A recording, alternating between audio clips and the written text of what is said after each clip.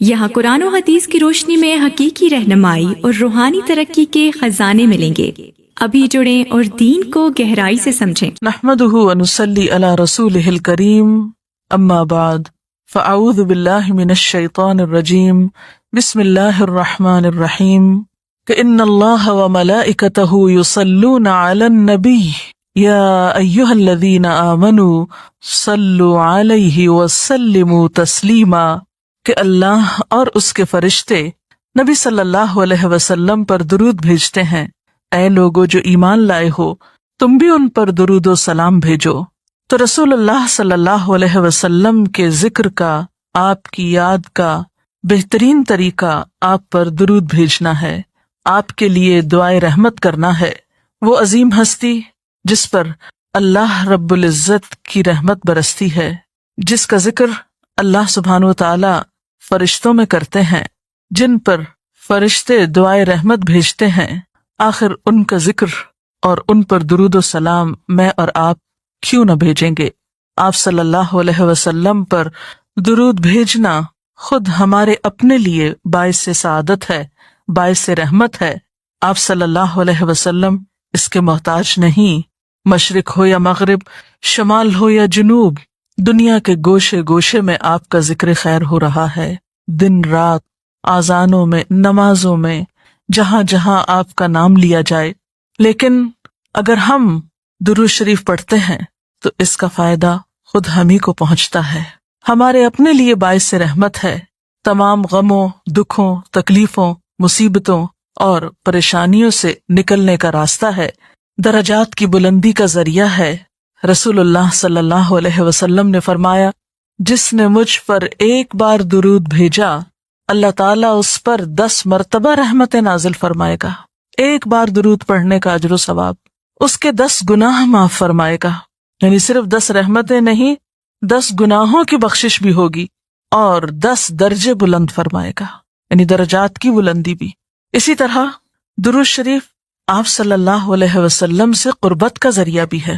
حدیث پاک میں آتا ہے، قال رسول اللہ صلی اللہ علیہ وسلم، اولی الناس بی یوم القیامت اکثرہم علی صلاۃ، قیامت کے روز مجھ سے سب سے زیادہ قریب لوگ وہ لوگ ہوں گے جو دنیا میں سب سے زیادہ مجھ پر درود بھیجنے والے تھے، یعنی قیامت کے دن آپ کا قرب بھی درود شریف کی وجہ سے نصیب ہوگا۔ پھر اسی طرح اگر انسان کوئی اور دعا نہ بھی کر سکے، غم، دکھ اور تکلیف کی حالت میں صرف درود شریف بھی پڑھتا رہے تو اسے ساری دعاؤں سے کفایت کر جائے گا۔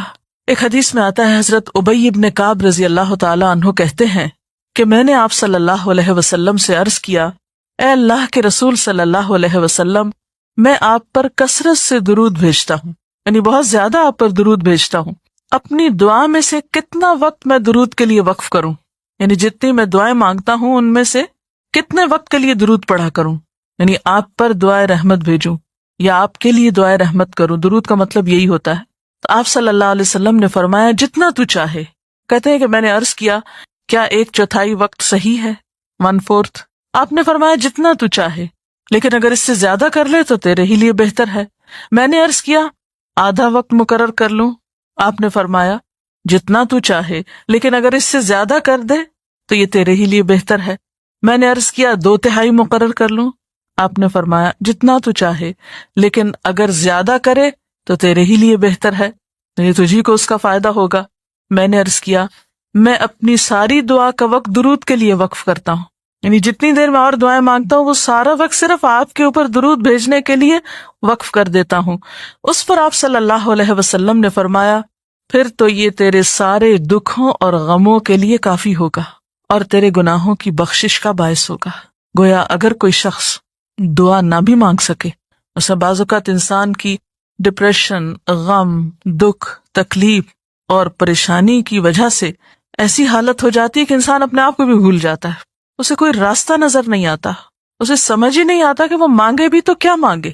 بعض مسائل زندگی میں ایسے ہوتے ہیں، بعض پریشانیاں اس طرح انسان پہ آ پڑتی ہیں کہ انسان ہوش و حواس کھونے لگتا ہے۔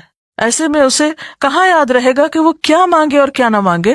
تو ایسی صورت میں درود شریف اس کے لیے سارے غموں، دکھوں اور تکلیفوں سے نجات کا ذریعہ بن جائے گا۔ پھر آپ دیکھیے کہ آپ صلی اللہ علیہ وسلم پر درود بھیجنے والے کے لیے اللہ تعالی کی طرف سے سلامتی کا وعدہ ہے۔ حضرت عبد الرحمن بن عوف رضی اللہ تعالیٰ عنہ فرماتے ہیں کہ رسول اللہ صلی اللہ علیہ وسلم ایک روز گھر سے نکلے اور کھجوروں کے ایک باغ میں داخل ہوئے۔ صحابہ کرام ساتھ تھے اور وہاں آپ نے بہت طویل سجدہ کیا، دیر تک سجدے میں پڑے رہے، حتیٰ کہ مجھے اندیشہ ہوا کہ کہیں اللہ تعالیٰ نے آپ کی روح تو نہیں قبض کر لی، یعنی اتنی دیر ہو گئی ہے سجدے میں، اتنا لمبا سجدہ ہے اور آپ اٹھ ہی نہیں رہے، خیریت تو ہے؟ یعنی ان کو فکر لاحق ہوئی۔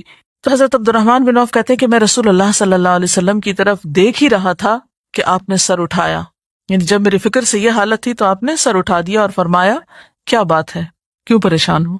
میں نے اپنی فکر کا ذکر کیا، بات بتائی، تو آپ نے فرمایا کہ جبریل علیہ السلام نے مجھ سے کہا ہے کہ اے محمد صلی اللہ علیہ وسلم، کیا میں آپ کو ایک بشارت دوں، ایک خوشخبری نہ دوں؟ اللہ کریم فرماتا ہے جو شخص آپ پر درود بھیجے گا میں بھی اس پر رحمت نازل کروں گا، اور جو آپ پر سلام بھیجے گا میں بھی اس پر سلام بھیجوں گا۔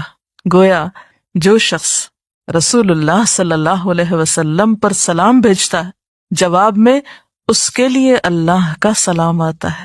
اس سے بڑھ کر انسان کے لیے سعادت اور خوش قسمتی کی اور کیا بات ہو سکتی ہے؟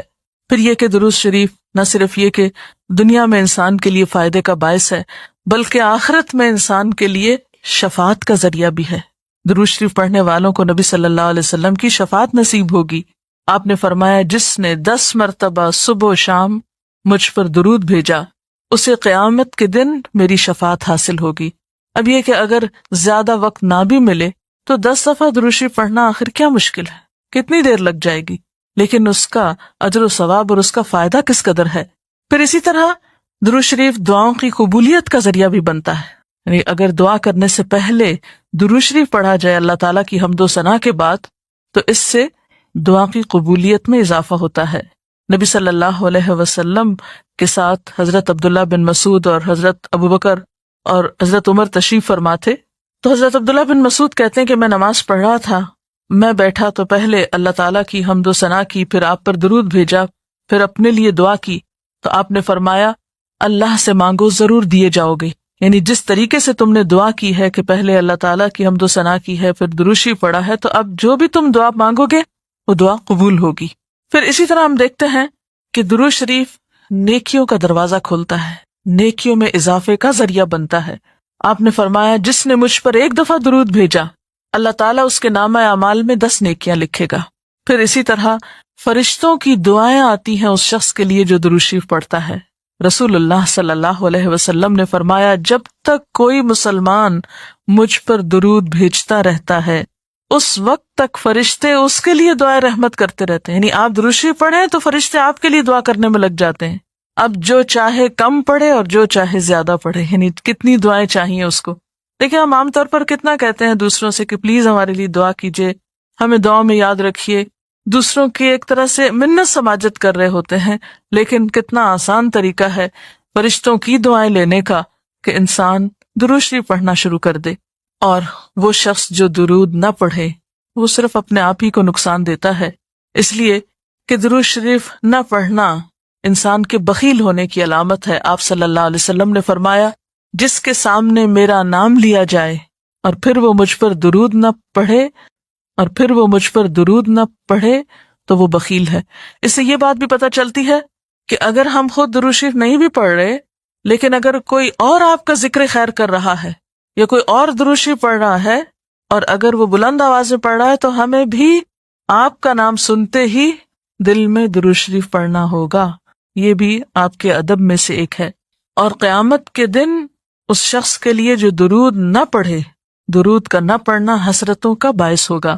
حضرت ابو ہریرہ رضی اللہ تعالی عنہ کہتے ہیں کہ رسول اللہ صلی اللہ علیہ وسلم نے فرمایا جس مجلس میں لوگ اللہ کا ذکر نہ کریں، یعنی اکٹھے ہوئے ہیں دنیا بھر کی باتیں کی لیکن اللہ سبحانہ و تعالیٰ کی کوئی بات نہیں کی، اور نبی صلی اللہ علیہ وسلم پر درود نہ بھیجیں، یعنی نہ تو اللہ کا ذکر کیا اور نہ ہی آپ پر درود بھیجا، وہ مجلس قیامت کے دن انسان کے لیے حسرت کا باعث ہوگی، انسان اس پر پچھتائے گا۔ خواہ وہ اپنے نیک اعمال کے بدلے میں جنت میں چلا ہی جائے، یعنی ایک شخص جنت میں بھی پہنچ گیا لیکن اس کو ایسی مجلسوں پر حسرت ضرور ہوگی جس میں اس نے اللہ کا ذکر اور رسول اللہ صلی اللہ علیہ وسلم پر درود نہ بھیجا ہوگا۔ اور اگر دیکھا جائے تو انسان کے اعمال میں ایسی کوتاہی اور غفلت بسا اوقات جنت سے محرومی کا سبب بھی بن جاتی ہے۔ آپ صلی اللہ علیہ وسلم نے فرمایا، جو مجھ پر درود پڑھنا بھول گیا اس نے جنت کا رستہ کھو دیا، یعنی جس نے اتنی غفلت برتی کہ کبھی آپ کا ذکر ہی نہیں کیا اور کبھی آپ کے لیے دعائی نہیں کی اور کبھی آپ کے لیے درود ہی نہیں پڑھا، تو اس نے اپنے لیے کیا کمایا؟ تو ہمارے لیے دن میں بے شمار مواقع ایسے ہوتے ہیں کہ جس میں ہم درود شریف پڑھ سکتے ہیں۔ سب سے پہلا موقع تو خود نماز کا موقع ہے، اس وقت تک نماز مکمل نہیں ہوتی جب تک ہم اس میں درود شریف نہیں پڑھتے۔ پھر اسی طرح عام نمازوں کے علاوہ نماز جنازہ میں بھی درود شریف پڑھا جاتا ہے۔ پھر اذان کے بعد درود شریف پڑھا جاتا ہے۔ آپ صلی اللہ علیہ وسلم نے فرمایا، جب مؤذن کی آواز سنو یعنی اذان سنو تو وہی کہو جو مؤذن کہتا ہے، یعنی اذان کا جواب دو، پھر مجھ پر درود پڑھو۔ یعنی اذان کا جواب دینے کے بعد جب اذان ختم ہو جائے تو کیا کرنا چاہیے؟ نبی صلی اللہ علیہ وسلم پر درود بھیجنا چاہیے، کیونکہ مجھ پر درود پڑھنے والے پر اللہ تعالیٰ 10 رحمتیں نازل فرماتا ہے۔ اس کے بعد میرے لیے اللہ سے وسیلہ مانگو، جو جنت میں ایک مقام ہے جو جنتیوں میں سے صرف کسی ایک ہی کو ملے گا، اور مجھے امید ہے کہ وہ جنتی میں ہی ہوں گا، یعنی آپ صلی اللہ علیہ وسلم ہی کے لیے وہ مقام ہے۔ اور آپ نے یہ بھی فرمایا کہ من سألی اللہ الوسیلہ، جس نے اللہ سے میرے لیے وسیلہ کی دعا کی، یعنی درود شریف کے علاوہ آت محمد الوسیلۃ دعا ہم پڑھتے ہیں، یہ دعا بھی پڑھی جانی چاہیے۔ تو جس نے یہ دعا پڑھی اس کے لیے میری شفاعت واجب ہو جائے گی، یعنی قیامت کے دن پھر میں اس کے لیے شفاعت کروں گا۔ نمازوں کے علاوہ، خاص مواقع کے علاوہ دن میں جب بھی آپ چاہیں درود شریف پڑھ سکتے ہیں، لیکن عام دنوں کے علاوہ جمعے کے دن خصوصی طور پر درود شریف پڑھنے کی تاکید ہے، کیونکہ آپ نے اس کا خود حکم دیا۔ آپ صلی اللہ علیہ وسلم نے فرمایا، جمعہ کے روز کثرت سے مجھ پر درود پڑھا کرو، جو آدمی جمعہ کے روز مجھ پر درود بھیجتا ہے وہ میرے سامنے پیش کیا جاتا ہے۔ اسی طرح دعا سے پہلے، دعا کے بعد، پھر جہاں کہیں آپ کا نام لیا جا رہا ہو یا لکھا جا رہا ہو یا کسی بھی طرح آپ کا ذکر آئے وہاں آپ کے لیے درود پڑھنا۔ اسی طرح مسجد میں داخل ہوتے وقت درود شریف پڑھنا، مسجد سے نکلتے وقت درود شریف پڑھنا، پھر نماز سے فارغ ہونے کے بعد درود شریف پڑھنا، یعنی ایک تو نماز کے اندر ہے لیکن نماز سے فراغت کے بعد، پھر اسی طرح ہر مجلس میں آپ پر درود پڑھنا ضروری ہے، پھر اسی طرح صبح و شام کے اوقات میں، یعنی یہ تمام مواقع ایسے مواقع ہیں جس میں آپ درود شریف پڑھ سکتے ہیں۔ اور موقع کوئی ہو یا نہ ہو، دن یا رات کی گھڑیوں میں سے جس گھڑی میں آپ چاہیں، جب چاہیں، چلتے پھرتے کام کاج کرتے، آپ اللہ کے رسول صلی اللہ علیہ وسلم کو یاد کر سکتے ہیں، آپ کے لیے درود اور سلام پڑھ سکتے ہیں۔ اللہ تعالیٰ ہمیں ان لوگوں میں شامل کرے جو کثرت سے آپ پر درود بھیجتے ہیں۔ اس سلسلے میں اگر کوئی آپ کا سوال ہو تو آپ کر سکتے ہیں۔ ڈاکٹر صاحب، رسول اللہ صلی اللہ علیہ وسلم پر درود شریف پڑھنے کے لیے کیا وضو کا ہونا لازمی ہے؟ وضو کی شرط نماز اور طواف کے لیے ہے، یہ دو کام وضو کے بغیر نہیں ہو سکتے، یعنی اگر کوئی وضو کے بغیر نماز پڑھے گا تو اس کی نماز نہیں ہوگی، یعنی نماز قبول نہیں ہوگی۔ اسی طرح خانہ کعبہ کا طواف کرنے کے لیے وضو شرط ہے، لیکن اس کے علاوہ باقی نیکی کے کاموں کو کرنے کے لیے اور عام حالات میں بھی باوضو رہنا بہت فضیلت کی بات ہے۔ لیکن مثلاً اگر آپ قرآن پاک پڑھ رہے ہیں اور آپ کا وضو نہیں ہے تو وہ وضو کا نہ ہونا تلاوت میں خلل انداز نہیں ہوگا، یہ نہیں کہ آپ کی تلاوت قبول نہیں ہوگی، آپ کو جو بھی صورت یاد ہے آپ پڑھ سکتے ہیں۔ اسی طرح اگر قرآن پاک بغیر وضو کے آپ اپنی زبان سے پڑھ سکتے ہیں تو درود شریف بھی پڑھ سکتے ہیں، اس میں کوئی شرط نہیں ہے۔ لیکن ظاہر ہے کہ باوضو پڑھنے میں اور بغیر وضو پڑھنے میں فرق تو ہے۔ باوضو درود شریف پڑھنا زیادہ بہتر ہے، پسندیدہ ہے بنسبت بغیر وضو کے۔ لیکن اگر کسی شخص کا وضو زیادہ قائم نہیں رہتا یا اس کو وضو کرنے کا موقع نہیں، تو اس کا یہ مطلب نہیں کہ وہ درود شریف پڑھنا چھوڑ دے کہ اب وضو سے نہیں تو اب درود شریف ہوگا نہیں یا پڑھنا بے ادبی ہے، ایسی بات بھی نہیں۔ زبان پاک ہے، آپ کسی بھی وقت درود شریف کہیں بھی لیٹے بیٹھے چلتے پھرتے بازار میں گھر میں آپ بسہولت پڑھ سکتے ہیں، اس میں کوئی ممانعت نہیں۔ جی، کوئی اور سوال؟ ڈاکٹر صاحب یہ بتائیے کہ آج کل کئی قسم کے درود شریف پڑھی جاتی ہیں، ان میں سے ہمیں کون سی پڑھنی چاہیے؟ جیسا کہ آپ نے عرض کیا کہ نبی صلی اللہ علیہ وسلم پر درود شریف پڑھنے کے کئی صیغے ہمارے ہاں مشہور ہیں. اس میں کچھ تو وہ ہیں جو آپ صلی اللہ علیہ وسلم سے ثابت ہیں، اور کچھ ایسے ہیں کہ جو لوگوں نے بعد میں خود بنا لیے ہیں. تو وہ ایسے تمام ورژن یا ایسی تمام عبارتیں جو لوگوں نے خود اس معنی کی بنائی ہیں، خواہ وہ عربی میں ہیں یا اردو میں ہیں، تو ان کو پڑھنے کی حد تک تو پڑھا جا سکتا ہے. یعنی اگر نثر میں کوئی ایسی عبارت موجود ہے جس میں آپ صلی اللہ علیہ وسلم کے لیے دعا کی گئی ہے یا آپ کی مدح کی گئی ہے یا آپ پر سلام بھیجا گیا ہے، خواہ وہ نثر میں ہو یا شعر میں، تو اس میں حرج تو کوئی نہیں. لیکن وہ چیز جو خود آپ صلی اللہ علیہ وسلم نے ہمیں سکھائی اور جو آپ کی طرف سے ہمیں ملی، اس کا مقام باقی ہر انسان کے کلام پر کہیں بلند ہے، کہیں زیادہ فائدہ مند ہے. تو وہ درود شریف جو مسنون ہے، وہ صیغہ جو آپ سے ثابت ہے، اس کا پڑھنا افضل ہے، وہی اصل درود ہے. اور باقی تو انسانوں کے خیالات یا جذبات کا اظہار ہے، خواہ وہ شعر میں ہو، خواہ وہ نثر میں ہو، خواہ وہ اردو میں ہو، خواہ پنجابی میں ہو یا کسی اور زبان میں ہو، وہ تو پھر انسانوں کے کلام ہے نا. تو جس طرح اللہ سبحانہ وتعالیٰ کے کلام کو باقی تمام انسانوں کے کلام پر فضیلت ہے، اسی طرح نبی صلی اللہ علیہ وسلم کے کلام کو بھی باقی انسانوں کے کلام پر فضیلت ہے. ایک عام شاعر کتنی بھی خوبصورت بات کرے لیکن اللہ کے رسول صلی اللہ علیہ وسلم سے آگے تو اس کی بات نہیں ہو سکتی. ایک عام انسان کتنے بھی خوبصورت انداز میں آپ صلی اللہ علیہ وسلم کا ذکر خیر کرے لیکن وہ اس کے برابر تو نہیں ہو سکتا جو نبی صلی اللہ علیہ وسلم نے خود ہمیں دیا. تو بہترین صیغہ وہی ہے جو ہم نماز میں پڑھتے ہیں، جسے درود ابراہیمی کہا جاتا ہے، اور اس کا پڑھنا باعث اجر و ثواب ہے اور اس میں کوئی شک ہی نہیں. اسی طرح یہ چونکہ تھوڑا طویل ہے تو اس کو مختصر انداز میں بھی آپ پڑھ سکتے ہیں. مثلا صرف اگر آپ صلی اللہ علیہ وسلم کہہ رہے ہیں تو یہ بھی درست ہے، یہ بھی درود شریف مکمل ہے ایک طرح سے اگرچہ مختصر ہے. اسی طرح اللہم صلی وسلم علی نبینا محمد، یہ بھی آپ پڑھ سکتے ہیں. صلی اللہ علی النبی الکریم کہہ سکتے ہیں. تو مختصر ہو یا درود ابراہیمی کچھ طویل شکل میں ہو، اصل چیز تو ذکر میں مشغول ہونا ہے. تعداد میٹر نہیں کرتی جتنا وہ احساس اور جذبہ اور عقیدت جو کہ درود شریف پڑھتے ہوئے آپ صلی اللہ علیہ وسلم کے لیے ہماری ہو سکتی ہے. بعض لوگوں کو دیکھا کیا ہے کہ درود شریف تو بہت کثرت کے ساتھ پڑھتے ہیں لیکن فرض نماز کی طرف بالکل توجہ نہیں دی جاتی، اور ان کا کہنا یہ ہے کہ ہمارے لیے درود شریف ہی کافی ہے. تو کیا یہ ان کا طریقہ درست ہے؟ بات یہ ہے کہ دین کے معاملے میں ہم اپنی مرضی سے کوئی تبدیلی نہیں کر سکتے، یا دین کے مفہوم ہم خود متعین نہیں کر سکتے. مثلا صحابہ کرام میں سے کسی نے آج تک درود شریف پڑھنے کا یہ مطلب نہیں لیا کہ وہ ان کی نمازوں کے لیے بھی کافی ہو گیا یا اب نماز کی ضرورت نہیں رہی. نماز تو فرض ہے، سب سے پہلا حساب قیامت کے دن نماز ہی کا ہوگا. حقوق اللہ میں سے سب سے پہلا حق نماز ہے. تو یہ درود شریف پڑھنا تو نبی صلی اللہ علیہ وسلم کا حق ہے اور نماز پڑھنا اللہ کا حق ہے. اب یہ دو حقوق اپنی اپنی جگہ پر ہیں. آپ کو یہ حق نہیں دیا گیا کہ آپ ایک کا حق دیتے دیتے دوسرے کا حق مار دیں. لہٰذا یہ کہنا بالکل درست نہیں کہ درود شریف نماز کی جگہ پر بھی کافی ہے یا نماز کی اب ضرورت نہیں رہی، صرف درود شریف ہی کافی ہے. یہ پھر حد سے بڑھنا ہوگا، اعتدال سے نکلنے کی بات ہے. تو ہمارا دین ہمیں اعتدال سکھاتا ہے، ہر چیز اپنے مقام پر ہی خوبصورت ہوتی ہے. جی کوئی اور سوال؟ مومن جو ہے وہ جنت میں جا کر کیوں حسرت کرے گا؟ حالانکہ مومن کا تو مقصد یہی ہوتا ہے کہ وہ جنت میں چلا جائے، پھر بھی مطلب وہ کیوں اس پر حسرت کرے گا؟ اب دیکھیے دنیا میں بھی بہت دفعہ ایسا ہوتا ہے کہ مثلاً ایک کھلاڑی ہے، بہت اچھی اس کی پرفارمنس ہے، ٹیم کامیاب بھی ہو جاتی ہے، لیکن اس کے باوجود اگر کہیں کوئی کمی رہ جائے تو اس پر حسرت بھی ہوتی ہے کامیابی کے باوجود.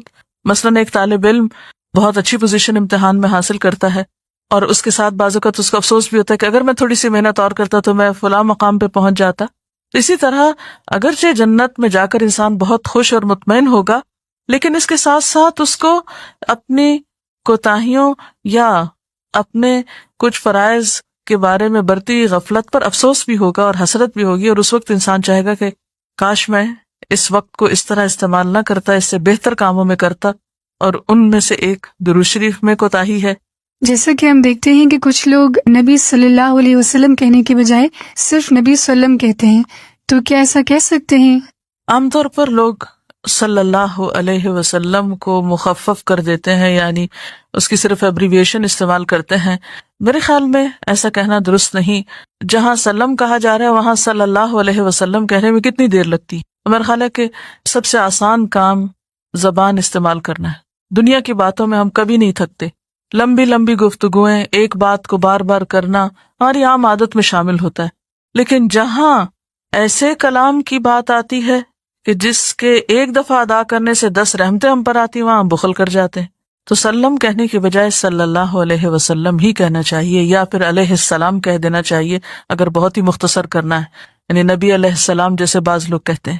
لیکن بہتر تو یہی ہے کہ صلاۃ اور سلام دونوں ہی ہوں. وآخر دعوانا ان الحمد للہ رب العالمین. سبحانک اللہم وبحمدک نشہد ان لا الہ الا انت نستغفرک ونتوب الیک. ڈاکٹر فرحت ہاشمی صاحبہ کے مستند بیانات سننے کے لیے ہمارے چینل قرآنک پلس کو سبسکرائب کریں. یہاں قرآن و حدیث کی روشنی میں حقیقی رہنمائی اور روحانی ترقی کے خزانے ملیں گے. ابھی جڑیں اور دین کو گہرائی سے سمجھیں.